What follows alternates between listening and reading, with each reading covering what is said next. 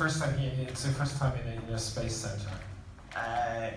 Well, weirdly, no. Wow, what did you do before? I actually got to go to SpaceX. Wow, okay. How is SpaceX different from us? You haven't seen us, so you don't know. Yeah, not nearly as good, obviously. That's very kind. Okay, we had a little chat in German on Mars Express, ExoMars, which is the our current mission to the Red Planet, and it fits into the overall exploration strategy of ESA, and we try to figure out some similarities, between the actual designing a real spacecraft, setting up an actual mission, and the work you did in order to create the game, and also to find maybe parallels with the gameplay. So, and if you have questions, maybe a reality check, Michael Kahn would be the right person to answer. So I hand you over the microphone.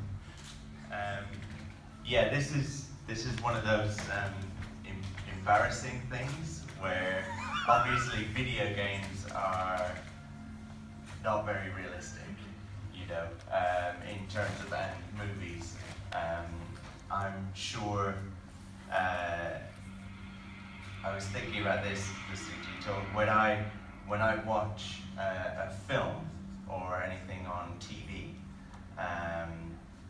and somebody's using a computer, I always get really annoyed because they make up terms and nothing is very realistic, and they do ridiculous things where they're pretending to hack into something. Are there things like that for you when you were watching movies or seeing a video game like this that annoys you about how unrealistic they are? Well, the first thing that annoys me is that people always assume that things will work, when in fact they don't. So, and that's the good thing about Star Trek, because there's Scotty, who was a real wizard, and could fix things when they went wrong.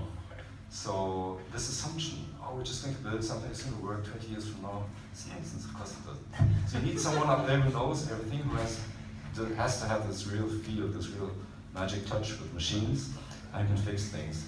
And it's really a tribute to Star Trek that they actually created this character and put into such prominence. So I think he really, and also the way he talks, and my father was an engineer on a ship, and it's really, I have the feeling I'm listening to him when he's speaking, so that's really great, and this is what's missing in many space epics. In real life, is that person here, the person in mission control, or is it, someone in the space station, or? Well, we don't, unfortunately not yet, we don't do that much manned spaceflight yet. Yeah. But it makes things a lot more difficult, because you just have a little bit of telemetry, so some data, and you have to find out what went wrong. But yes, the person would be either here, or perhaps even in America, because they had a similar problem on a similar spacecraft 20 years ago, and there's this guy who's facing retirement, but he says, hey, just a moment, I remember, we have the same problem, can I help you? Everything's cooperative. Or you might have someone in industry, someone who built the spacecraft, or some people built this. No, give us the data, we just run an analysis, and we think it could be this and that, could you check? And then we check, we just very gingerly, very carefully try to find out what this could be the problem, just do what went wrong before, but just ready to stop. And then, it's happening again, no, stop, you was right, that wasn't, this kind of help, you really have the people who know, who just have an intuition for what went wrong. Yes, definitely, we have those everywhere. And they all look the same, by the way.